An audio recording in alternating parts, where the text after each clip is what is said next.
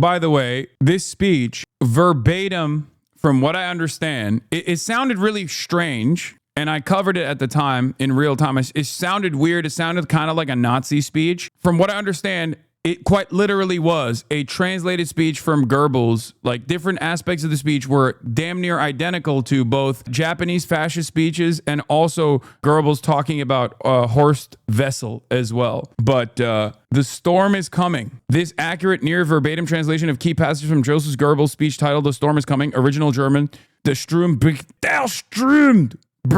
los," delivered on July 9th in 1932 in Berlin. This was a campaign rally speech in the lead up to the July 31st, 1932 Reichstag elections, where Nazi Party achieved its peak pre-1933 electoral success. Goebbels, then the Nazi Gauleiter of Berlin, used the speech to rally supporters by invoking the martyrdom of Horst Wessel, a young Nazi stormtrooper killed in 1930. Later mythologized in Nazi propaganda as the author of their anthem, "The Horst Wessel Lied. Wake Up, America." This user says, I brought up the Horst Wessel comparison the first day, and it is very clear that, like, Stephen Miller is very familiar with this. He looks exactly like Goebbels. I'm uncomfortable. What? Stephen Miller, who is genetically reincarnated Joseph Goebbels, will be speaking at Donald Trump's rally in Madison Square Garden. Can't imagine an uglier stain on U.S. history. Let it be the Nazis' last gurgling gasp. Yeah, that didn't happen. Oh my God. What the Stephen Miller is also Jewish, by the way, for those of you who don't know. Obviously, that hasn't stopped him from leaning into this Nazi though. Let's be real. It's a sign of the times that American fascism is more diverse than previous versions of fascism, and a lot of people don't understand that. A lot of people have a hard time coming to terms with that. I mean, he has been quoting prominent Nazis for quite a while now, but who's going to stand up for our daughters? Who's going to stand up for the girls of America, the women of America, the families of America? Who's going to stand up and say the cartels are gone, the criminal migrants are gone, the gangs are gone, America is for Americans and Americans only? The comparison is just, it's no longer a dog whistle. It's more so a bullhorn. You have no idea how determined we will be to save this civilization, to save the West, to save this republic. So let's start off right there. So for those of you who don't know, I briefly covered the Horst Wessel comparison in the past, like in the immediate aftermath of Charlie Kirk's assassination, saying how I was worried that the Republican Party would basically use this as an opportunity in the same way that the Nazi Party did, memorializing Horst Wessel to be like a rallying cry to attack the communists and the leftists and the enemies, right? Because Horst Wessel was a stormtrooper that was killed in his home by two, I believe, Jewish communists, as a matter of fact. They walked up to his house and they shot him dead, okay?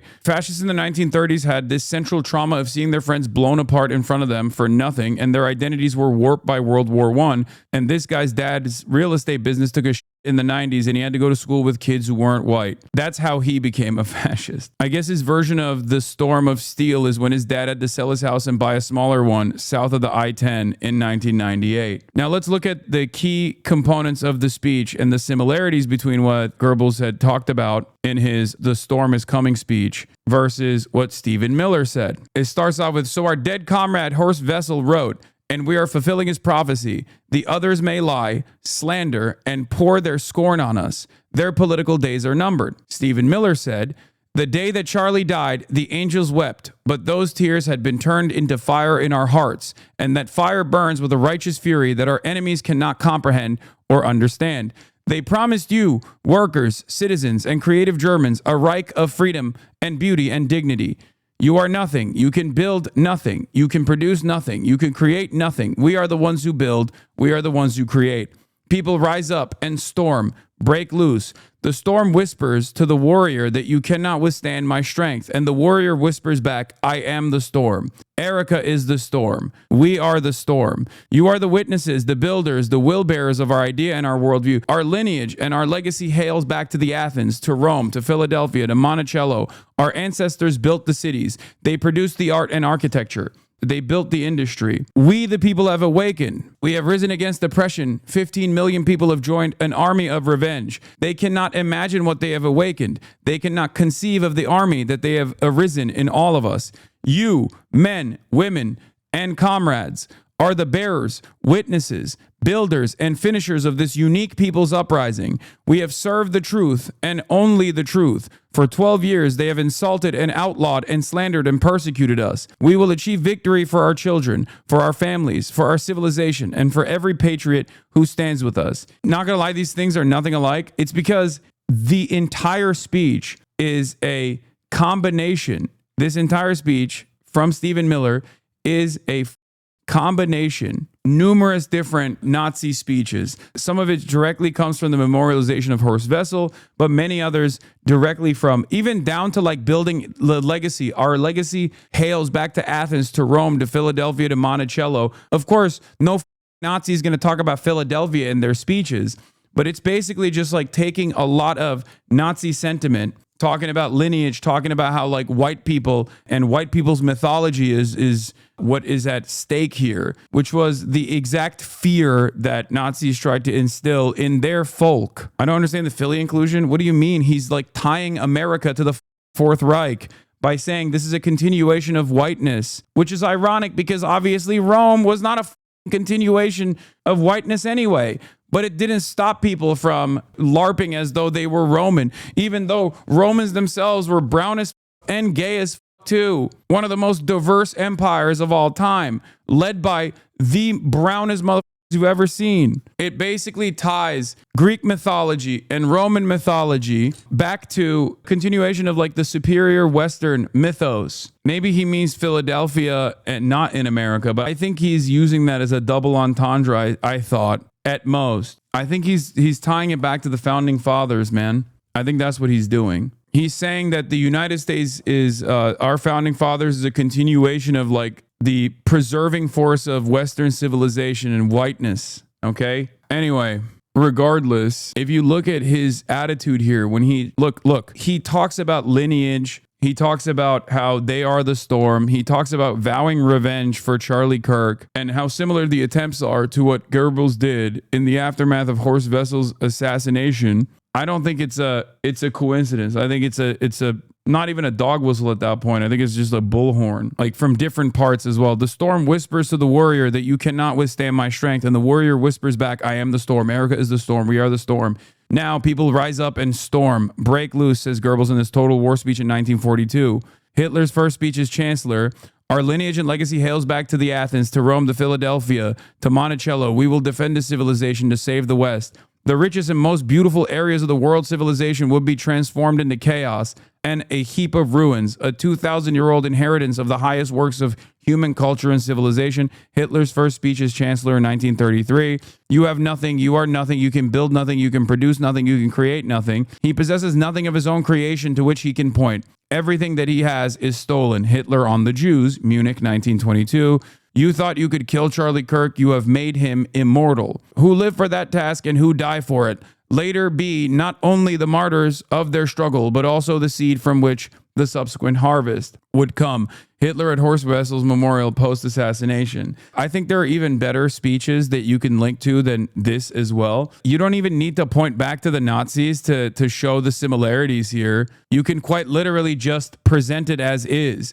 The preservation of Western civilization, about how this notion of like legacy Americans are actually upholding Western civilization and combating it from enemies from within, is identical to the Nazis, and it's just a falsehood on its face regardless. America is the way it is because it is a multifaceted and diverse country. That is one of the most redeemable factors of the United States of America, okay? You don't have to directly point it back to the Nazis, even though these guys are basically not really sheltering people about these comparisons. The themes are identical, especially because the ambitions are identical. The ambitions are identical. And in this circumstance, it's almost a one-to-one immortalization and deification taking place. It's an identical template because the worldview is identical. I don't know how you can look at the situation in hand and assume that this is like in any way, shape, or form a reach when you got people openly saying that they're Nazis at this point. But this was before the Reichstag elections, when "The Storm is Coming" was the name of this very famous speech by Goebbels. And in this speech, he talks a lot about when he's like rallying. There's a rallying cry for Nuremberg, but there are mentions of rising up and storming and breaking loose, the preservation of Western civilization, and also the immortalization of their dead comrade Horst Wessel, and following his lead. Okay, that's what I mean. Like, it's just identical. So our dead comrade Horst Wessel wrote, "We are fulfilling his prophecy. The others may lie, slander, and pour their scorn on us. Their political days are numbered. Adolf Hitler is knocking at the gates of power." I mean, this is obviously a different circumstance because he's like post Trump's rise to power anyway. There is also one of my favorite versions of propaganda that has existed in all different times and all different places, which is the party hacks of the Socialist Party are suddenly remembering the people. For a decade, the illustrated magazines pictured them only in frock coats and cylinder hats at tables filled with oysters and champagne bottles. Socialists are champagne socialists. They do not care about the working class. We, on the other hand, do. Now they wear workers' caps and fill their newspapers with urgings like, "People, wake up." Well, we the people have awakened. We have risen against oppression. 15 million people have joined an army of revenge. They who accepted their nice suits from the Skralex, Jewish brothers involved in a major Berlin financial scandal, can hardly imagine that an honest German worker will spend his starvation wages for a decent brown shirt. They who have grown fat on caviar, who are paid 7 or 80 or 100,000 marks a year, who have spread the stink of unprecedented corruption all over all of Germany. They want to pretend they are the opposition. To the barricades, they cry. The Nazis who aligned themselves with capital and convinced those within the corporate structure that they would be the ones who actually preserve the capitalist hierarchy by force are also in the lead up, in the build up to their rise in power, in an effort to galvanize as large of a population as they possibly can, presented themselves as being pro-worker, left populist. This is something that I have pointed to over and over again. The Tucker Carlson method, if you will.